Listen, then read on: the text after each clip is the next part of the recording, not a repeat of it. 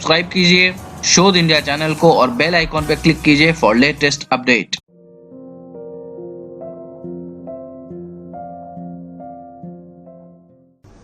नमस्कार मित्रों, एक बार पुनः आपका स्वागत है मेरे इस YouTube चैनल शोध इंडिया में, जहां पर हम चर्चा करते हैं अलग अलग विषयों में, ग्रंथों में। और आज की जो युवा पीढ़ी है या जिन भी लोगों के मन में किसी भी प्रकार की घटना, पुस्तक, वेद, रामायण, शास्त्र, शिव पुराण, किसी भी पुस्तक या घटना से कोई संदेह उनके मन में है, उन्होंने कहीं टीवी सीरियल में देखा है या कहीं पर पढ़ा है या सुना है, तो उनके मन में यदि शंका है किसी भी चीज को लेकर के, तो यहाँ पर हम एक छोटा सा प्रयास करते हैं उन शंकाओं को दूर करने के लिए। आज मेरे पास एक बहुत ही तार्किक विषय आया है और हमारे एक मित्र हैं, उन्होंने इस पर प्रश्न उठाया है और वो विषय है शंभूक के वध का। जी हाँ, वाल्मीकि रामायण के 76 नंबर का जो अध्याय है, बल्कि 75 से उसकी चर्चा प्रारंभ हो जाती है, लेकिन 76 में इस अध्याय में पूरी बात कही गई है वाल्मीकि रामायण के अंदर। इस पर चर्चा करते हैं आज हम। शंभूक वध क्या है पहले ये जान लें, क्योंकि बहुत सारे हमारे मित्र हैं जिन्हें शायद नहीं मालूम होगा। शंभूक एक शूद्र था। जब त्रेता युग था, भगवान राम का जब युग था, तो वहां पर वर्ण बंधे हुए थे, वर्ण बटे हुए थे, ब्राह्मण, क्षत्रिय, वैश्य और शूद्र। और सभी वर्ण अपनी अपनी सीमाओं में रह करके अपने अपने कार्यों को करते थे। ऐसा नहीं था जो आज के कलयुग की तरह, मतलब आज का जो हमारा वक्त है कि कोई भी व्यक्ति कपड़े का बिजनेस कर लेता है, कोई भी शूज का बिजनेस कर लेता है, या हम कोई भी जो भी हमें बिजनेस अच्छा लगता है और हमें उसमें एक्सपर्टी है तो हम उस बिजनेस को कर लेते हैं या उस काम को हम कर लेते हैं। उस समय जो वर्ण की सभ्यता थी, वर्ण का जो सिस्टम था, उसमें जिसका जो काम बांटा गया था उसी हिसाब से वो उस कार्य को करता था। उसी प्रकार एक शूद्र था, तो शूद्रों को जो काम दिया गया था उनका बहुत अच्छा काम था। त्रेता युग में आपको मैं बताऊं, शूद्र सबसे सुखी माने जाते थे, क्योंकि उन्हें आपको कोई भी काम है तो वो उनके ही द्वारा होना है। कपड़े सिलने हैं, जूते सिलने हैं, आपको कोई चीज नई बनवानी है, घर बनवाना है, आपको बाल कटवाने हैं, आपको कारीगरी का कोई काम कराना है, सभी कार्य जो है शूद्र किया करते थे। तो बहुत ही धनवान होते थे और उनके पास अत्यधिक काम होता था और कहीं ना कहीं पूरा एक सिस्टम उनके ऊपर डिपेंड था। इसमें कहानी आती है कि शंभूक नाम का एक शूद्र जिसने तप करना स्टार्ट किया, और वो जो तप कर रहा था उस तप के पीछे किसी भी गुरु का हाथ नहीं था, यानी किसी भी गुरु ने उसे सपोर्ट नहीं किया था। सपोर्ट वर्ड मैं गलत इस्तेमाल कर रहा हूं, एक्चुअली उसने किसी गुरु से कोई सपोर्ट लिया नहीं था और वो जो भी कर रहा था वो स्वयं कर रहा था। उसने जो खुद अपनी एक रिसर्च करी थी, उसको मालूम था कि तप ऐसे करते हैं, और वो काफी घोर तपस्या कर रहा था, जिसकी वजह से कहीं ना कहीं विकृतियां और एक जो उस समय भगवान राम का जो शासन था उसमें जो प्रॉब्लम्स फैल रही थी, उसकी वजह से कुछ मृत्यु होने लगी। इसमें सिर्फ एक मृत्यु का जिक्र है, लेकिन उसमें कुछ ब्राह्मणों की मृत्यु होने लगी क्योंकि उसकी वजह से प्रॉब्लम्स होने लगी।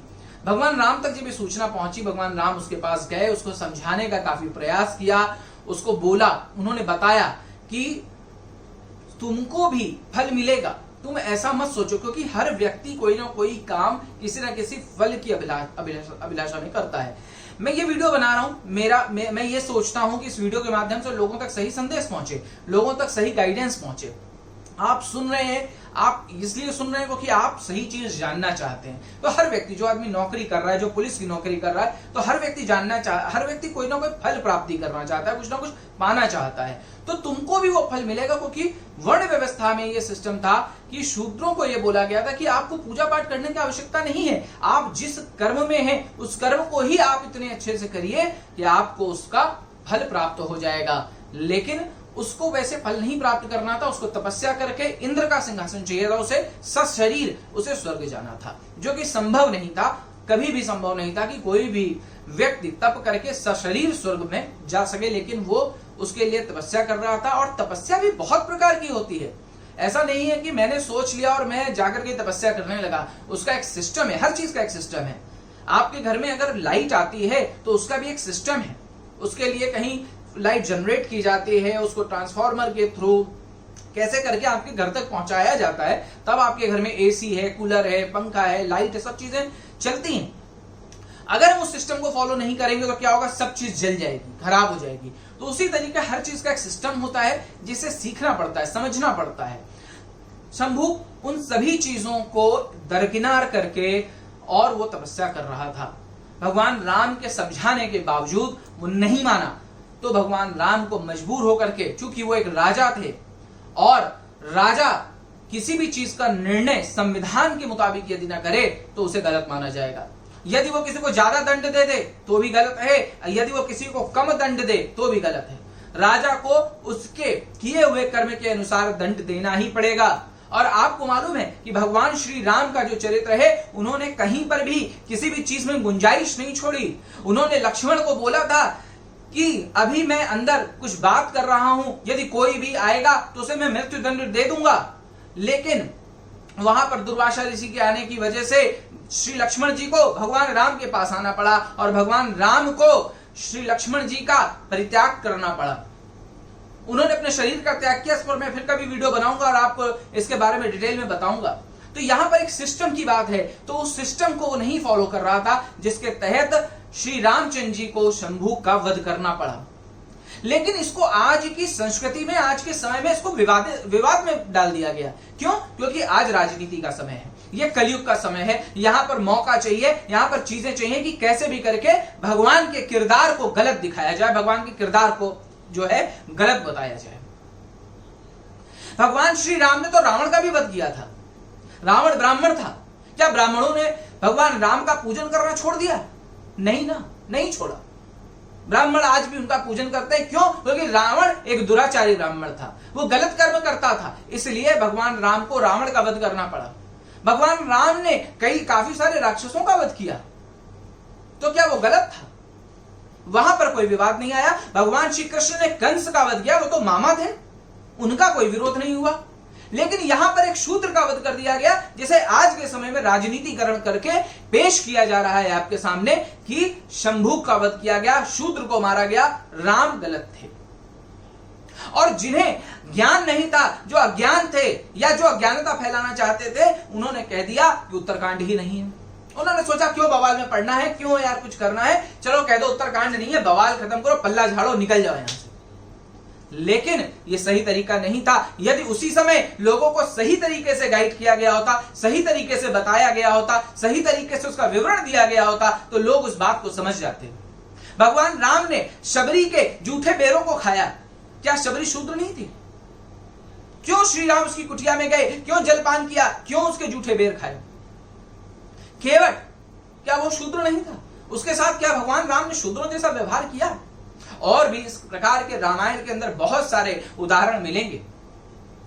यहां पर अगर मैं बात करूं श्रीमद् भगवद गीता की, तो उसके अंदर भी भगवान ने ये कहा है कि मैंने सभी वर्णों को जो बांटा है, उनके कर्मों को जो बांटा है, उस हिसाब से मैंने उनको पूजा, कर्म और सभी चीजों के हिसाब से उनको चीजें, उनका फल दिया है, जिसमें शूद्र मेरा सबसे प्रिय है, क्योंकि वो जो भी कर्म करता है मैं उसको उसके लिए फल प्रदान करता हूं। यहां पर मैंने किसी के साथ कोई भेदभाव नहीं किया है। वहां पर भगवान ने कोई नीचा, कोई ऊंचा, कोई इस प्रकार से नहीं सोचा, लेकिन पॉलिटिशियंस ने उसको इस प्रकार से पेश किया।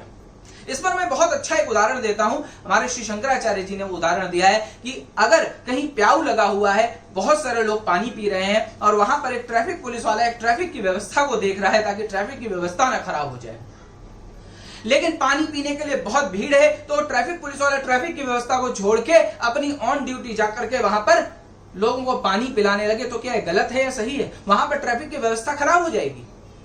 या ये प्याऊ में पानी पिलाने वाला पानी पिलाना छोड़ करके जाके ट्रैफिक की व्यवस्था करने लगे, तो पानी कौन पिलाएगा? तो यहां पर सबके काम बटे हुए हैं, तो सबको अपना अपना काम करना पड़ेगा, नहीं तो व्यवस्था बिगड़ जाएगी, जैसे कि आज के समय में व्यवस्था बिगड़ी हुई है। तो यहां पर मुद्दा यह है कि व्यवस्था को बिगाड़ा जा रहा है। जो चीज लोगों को ज्ञान नहीं है, लोगों ने रामायण को सही से पढ़ा नहीं है, रामायण को सही से जाना नहीं है, तो उन्होंने पल्ला झाड़ दिया। उन्होंने बोला भैया उत्तर रामायण है ही नहीं, ऐसा कुछ हुआ ही नहीं, ये तो ढोंग ढकोसले हैं, इसको तो एड ऑन किया गया है, इसको बाद में लिखा गया है, इसको ऐसा किया गया है, वैसा किया गया है। लेकिन यह सत्य नहीं है। सत्य यह है कि उत्तर रामायण है, शंभू का वध हुआ है, लेकिन उसके पीछे के कारण है, उन कारणों को एनालाइज कीजिए, उसको पढ़िए, जानिए। तो यहां पर मेरा यह कहने का अर्थ है, भगवान राम ने संविधान को माना। जो समय का संविधान था, मनुस्मृति, जो मनु का बनाया हुआ कानून था, उसको भगवान श्री राम मानते थे और उसी के कानून के तहत उनको इसका निर्णय लेना पड़ा। यहां पर उन्होंने संविधान से अलग जाकर के निर्णय नहीं लिया। अगर हमारे प्रधानमंत्री या राष्ट्रपति संविधान से अलग हटके निर्णय ले लें तो क्या आप उनके साथ होंगे? बिल्कुल नहीं होंगे।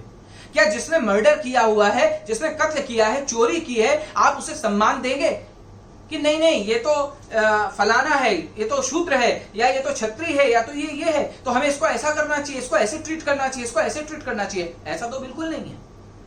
हम यहां पर सबको एक समान सजा देते हैं। कत्ल की सजा फांसी सबके लिए है, चाहे वो किसी भी जाति, धर्म या वर्ग का हो। तो उस समय भी वैसा ही था, जो जिस जाति धर्म का हो, सजा सबके लिए थी। लेकिन हां, एक अच्छी सभ्यता उस समय यह थी कि सजा थोड़ा सा वर्णों में डिवाइड की गई थी कि अगर ब्राह्मण वही कर्म करेगा तो उसकी सजा 10 गुना ज्यादा होगी और शूद्र करेगा तो कम होगी। अगर उसे क्षत्रिय वैश्य करेगा तो वो अलग होगी। 100 रुपए है अगर ब्राह्मण के लिए, तो 50 रुपए है क्षत्रिय के लिए, 25 रुपए वैश्य के लिए, और शायद 2 या 3 रुपए शूद्र के लिए, क्योंकि शूद्र की बहुत वैल्यू थी। यहां पर गलत तरीके से शूद्र को पेश किया गया और उसका दलित नाम दे दिया गया। ये शब्द कहां से आया मुझे नहीं मालूम, लेकिन इस प्रकार से लोगों को भ्रमित किया जा रहा है और गलत रास्ते पे लेके जाया जा रहा है। तो इससे हमें बचना चाहिए और सही जगह पर पहुंचना चाहिए। तो ये था शंभूक वध के ऊपर एक वीडियो। अगर आपको ये पसंद आए तो प्लीज इसे लाइक करें, मेरे इस वीडियो को सब्सक्राइब करें, और यदि कोई त्रुटि हो रही है तो आप कृपया कर मुझे बताएं। और आपके मन में यदि कोई और प्रश्न आ रहे हैं, अगर आपको लगता है कि रामायण, महाभारत या किसी और भी पुस्तक से या किसी भी कहानी से आपके मन में कोई प्रश्न आ रहा है, तो कृपया कर इसी प्रकार अपने प्रश्नों को मुझ तक पहुंचाते रहिए। मैं उसके लिए प्रयास करूंगा कि सही उत्तर और सही बात आप तक पहुंचा सकूं। तो इसी के साथ आप मुझे विदा दीजिए। नमस्कार।